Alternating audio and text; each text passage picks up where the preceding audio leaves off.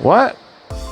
Oh, hey everybody. I'm Rick. Welcome to Talking Habs, where you get your daily fix of Blue Blanc Rouge.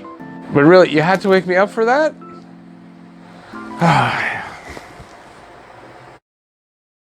All right. So, hey everybody. I'm Rick, and welcome to the 12 Questions About series. It's a 12-part series where I ask 12 questions about a specific player, and I then give the answers. So I hope you enjoy that. And today's player is going to be Jonathan Drouin. There's a lot of questions surrounding Jonathan Drouin at the moment, and I'm going to give you my thoughts on some of those questions, and we'll get right into it. What are Jonathan Drouin's physical stats? All right, so Jonathan Drouin was born March 28th, 1995. He is 26 years old. He's also 5'11", 201 pounds. That's really similar to Nick Suzuki. I believe Nick Suzuki's 5'11". If I'm correct, Nick Suzuki is 209 or 10 pounds. Anyway, very similar kind of bodies. He shoots left.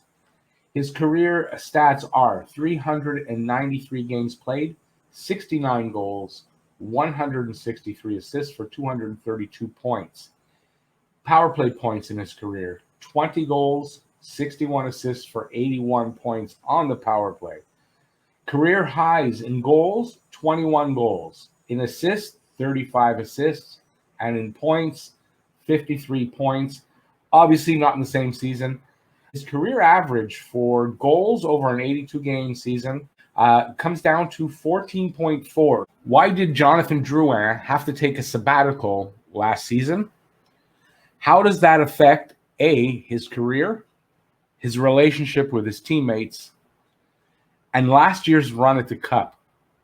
You know, it's interesting because I don't think there's a satisfactory answer to the reason why he took a sabbatical. They never released the actual reason. So anything that I could say, I guess, is just strictly based on rumor.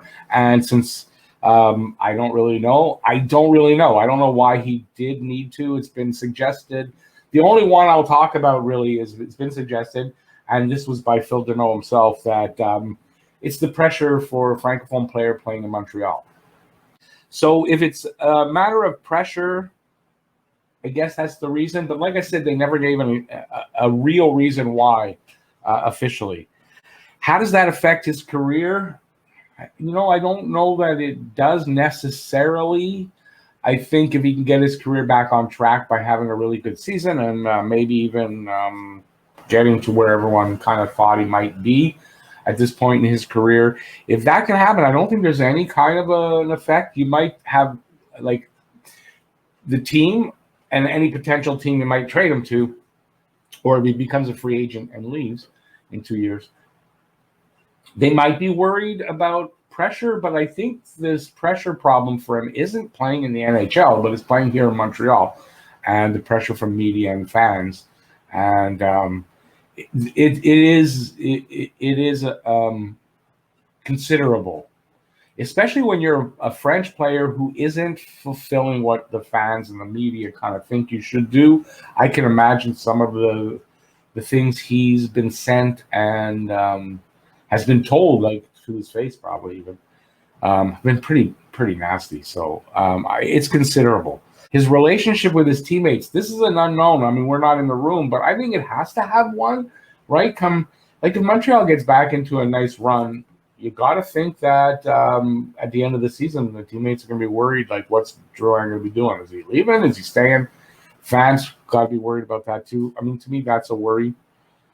So I don't know. I would think that there's got to be some kind of it's a little more tenuous than it used to be. How did his sabbatical affect last year's run at the Cup? You know, I got to think that if Jonathan Drouin had was on the team for the whole playoffs, especially in that final series against Tampa, because remember, Tampa's the team where he came from. So you got to think that's extra motivation for a guy. I think he could have made a difference. I really do. I think, sure, Montreal did make it to the finals, so it wouldn't have mattered. They didn't need his help that much. It would have been an easier run maybe to the finals.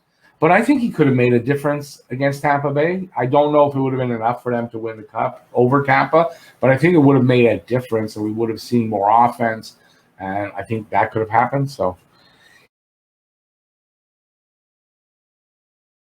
what about the pressure of playing in Montreal as a francophone player? Drouin was born in Saint Agathe, Quebec. I know there's a lot of people out there that probably want to play down this pressure thing for francophone players, but I think over the years, and you can go back as far as Maurice Richard, because he talked about it a lot after his playing days, the amount of pressure, even after his playing days, that he felt from fans to go out and do things and events and stuff like that. It was enormous. And I don't think any of that's changed, especially since 1976 and the separatist movement, and the demand that there's a French coach and a French GM, and I think that's increased the pressure on players, francophone players, when they're here in Montreal. And just in this last season, when he did take his sabbatical, and Jonathan Fildeneau was asked about it, and he'd mentioned about the pressure and what it's like, that he understood that. And then boom, the next season, I mean, he's gone, right? So it's very considerable, especially if a player is a little fragile mentally, maybe a little bit. Yeah, you're getting what we're probably seeing here with Jonathan Drouin. So I think that it's a real thing, the pressure for a francophone player in Quebec, and it's nothing to really be.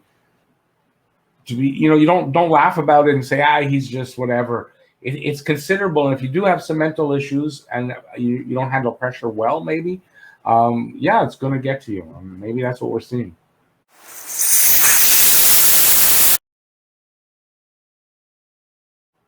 What's your biggest worry for Jonathan Drouin for the 2021-22 season?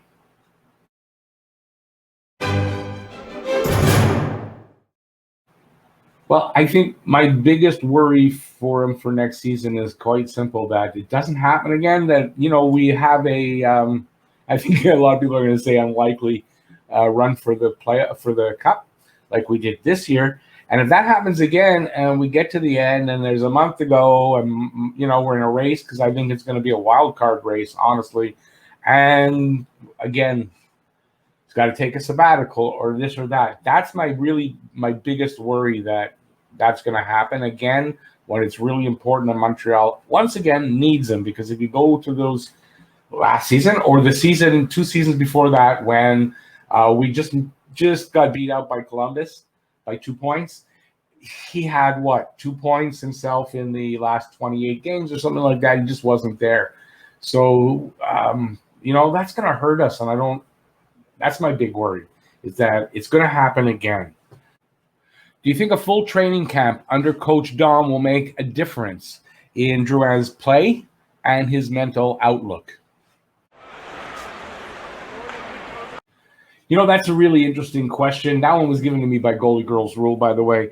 I think it could, very likely. If you go back to when Dom Ducharme was hired as coach, and then we saw this change in Drouin for a short period of time, but still, if that change can happen, he was much more mature. The stuff he said in the interviews, his play on the ice was all improved, and it was in a great direction, and we were all very happy to see this and hoping that it would continue. Unfortunately, it fell off, and then he had the sabbatical. But if right away in training camp and in the season, I think Dominic Ducharme can have a really big effect on Drouin. For some of you might not know, Ducharme was Drouin's coach when he was with the Halifax Mooseheads, and they won a Memorial Cup together.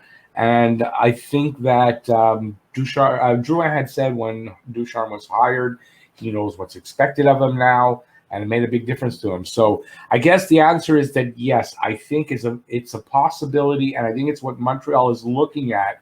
If you don't see Montreal, I think if you don't see Montreal trading Drouin, I think what they're looking at is that fact that Ducharme will make this difference in Drouin's life and in his hockey game and in everything that's around it. And I think that's the answer. After 2 very disappointing seasons from Drouin in the last 3, and the other being the injury-filled one, Is this finally Drouin's make or break season in Montreal?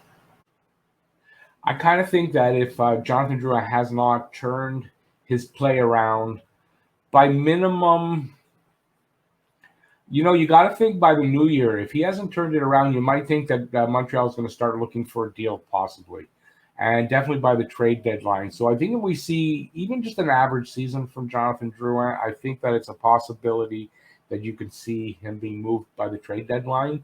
Other than that, if we see the season that we've all been expecting him every year. Oh, he's going to have that season next year. Oh, wait till next year and he's going to do it. If he has that season, then I think his career is fine here in Montreal. So then, yes, that this is probably the make or break because, he's got 2 seasons left on that contract. So, if he's not doing great or, you come to the decision, yes, we're moving him at the trade deadline. A guy with only 1 year term left on the deal. So like a team looking at Jonathan Drouin possibly, it's not as much of a risk when you're trading for a guy that could be a very big reward like Drouin could be on a new team, that he only has 1 year left in term. That might be something that's actually beneficial and it might change his low value a little bit and you might actually get something back in return. So I think that, yes, this season coming up could be a make or break, should be a make or break season for Jonathan Drouin.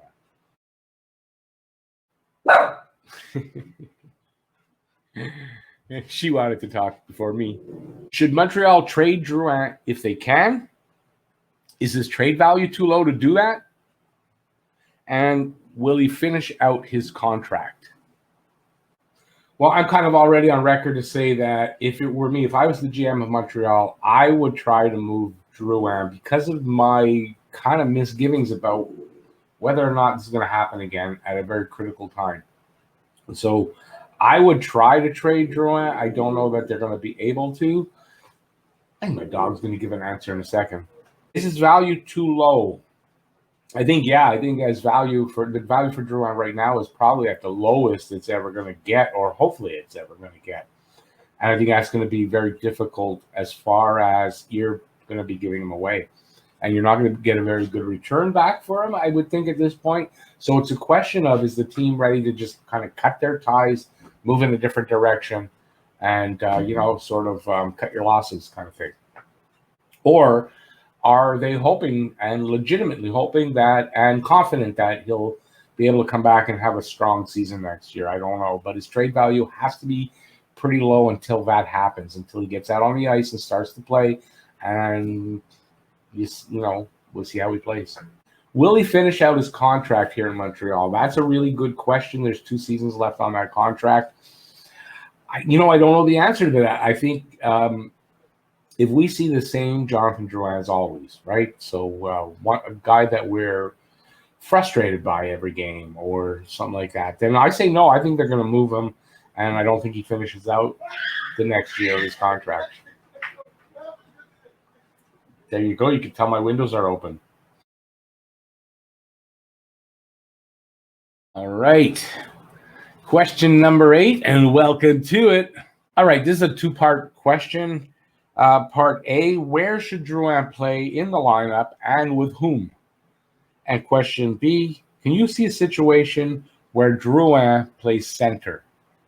All right, so I've done a lineup video already, so I'm going to show you where I have him in that video in the lineup, and that is right here. I have him on line 3 with Evans and with Anderson.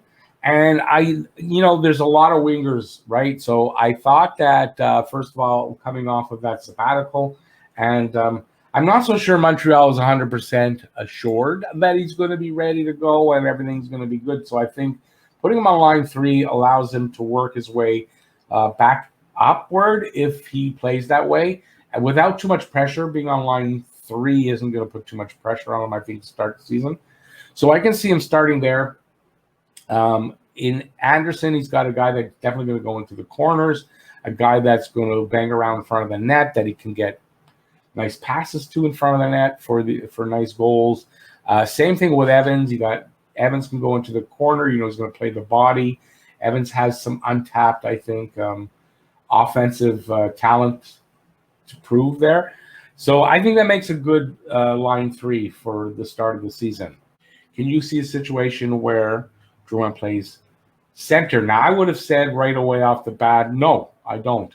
I don't see why they would. It didn't work the first time. And then I was talking to Jeff, who's Goalie Girls Rule, and he kind of not convinced me that they'll do this, but that the possibility might be there that if Montreal does not land that big name center that they want, or even a guy like Christian Dvorak, that they could turn to a Jonathan Drouin and see if that works out on maybe a line two, right? So this is what I think about that. I think if Evans or KK struggle, after the first month, I can see them maybe making a change and giving that a try, or I can see them experimenting with it in preseason.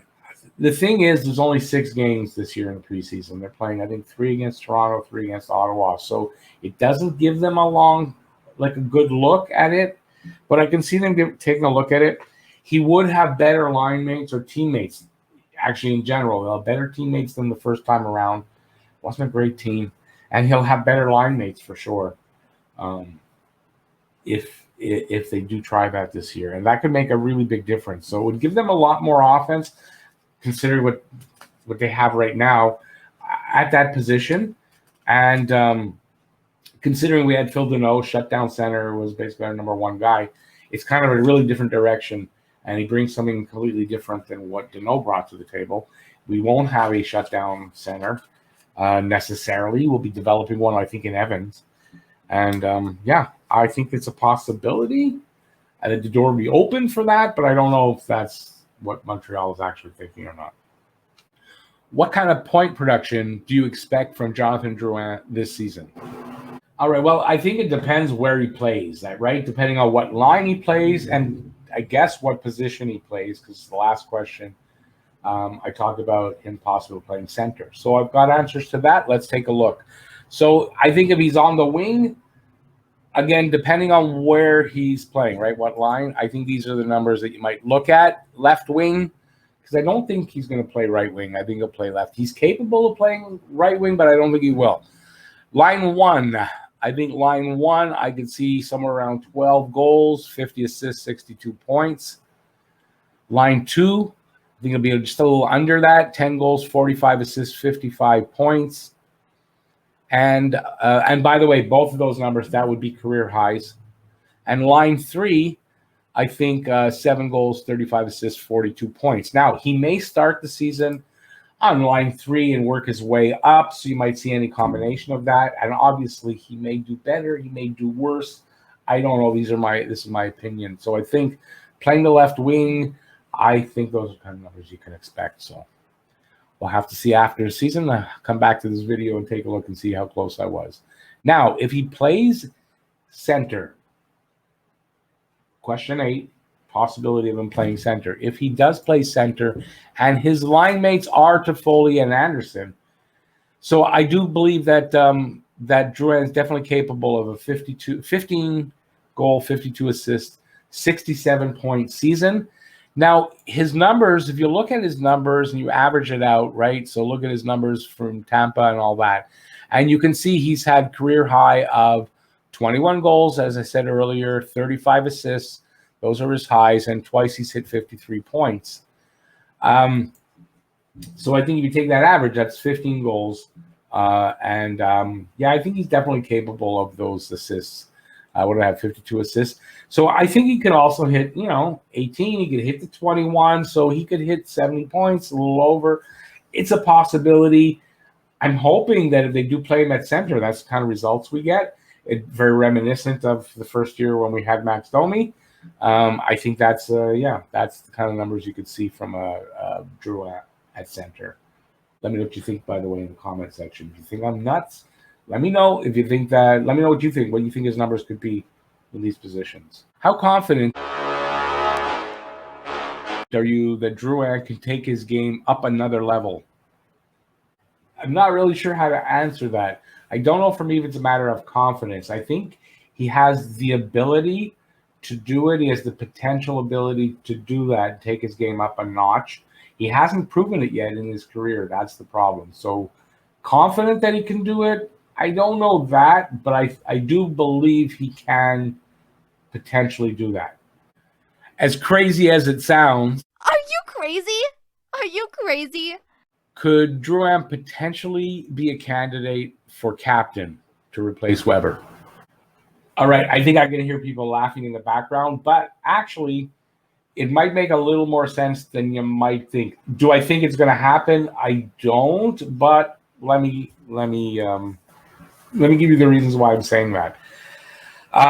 First off, if he really does turn his game around, let's put it this way, they're not going to name him captain to start the season. So if they're going to have a captain and have it at the start of the season, no, Jonathan Drouin potentially could not be captain, in my opinion. If they are going to wait till next season, the season after, just out of respect to Weber, and go with just 2 or 3 assistants or associate captains, I think that if Jonathan Drouin does have a season, one of those great seasons, like if he puts up 70-plus points and he's great the whole year and he just turned his game around, yeah, I think being a francophone player, I think that actually gives him consideration. So I'm not saying it the wrong way. I actually think it would be a good thing if to have a francophone captain, but the qualification has to meet for me to be if you have 2 candidates that are of equal leadership value. One is French, one is English. Yeah, you know what? In Montreal, you go with the French guy because that makes a lot of sense. It works with the fans. It works with the media. It just makes a lot of sense. As long as, you're not giving up anything just because he's French. So that's how I look at it. So if Jonathan Drouin can prove that he's a leader, that he's got his game turned around and all that, I could see them considering naming him captain in the 22-23 season. Okay, this is a big one because it's asked all the time and everyone's got their opinion on this. So who won the Jonathan Drouin, Mikhail Sergachev trade? Montreal or Tampa Bay? All right, so this is a question. It's been asked a lot and talked about a lot, and everyone's got their opinion on it. And I'll probably take flack for mine. Wouldn't matter which way I go on it, I'm still going to take flack. So here's what I say. Sergachev has played 284 games for Tampa, 29 goals, 107 assists for 136 points. In the playoffs, he's played 69 games, 6 goals, 14 assists, 20 points.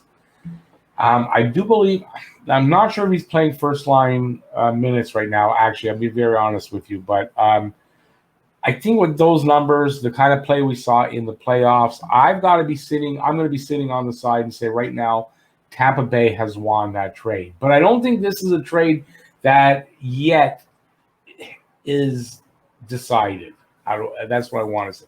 If Jonathan Drouin can turn his game around and say maybe play for Montreal for the next 4 to 6 years, really great numbers, really great play, Montreal's winning, maybe we win a cup, I think that changes that, and I think it's a possibility that could happen.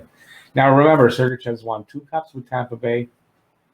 Yeah, I'd say Tampa Bay's the winner right now, but I think it's a possibility to turn that around. But till that happens, yeah, Tampa Bay has won that trade. I don't think you can argue it. So let me know in the comment section what you guys think about all these questions, what your answers would be. Let me know.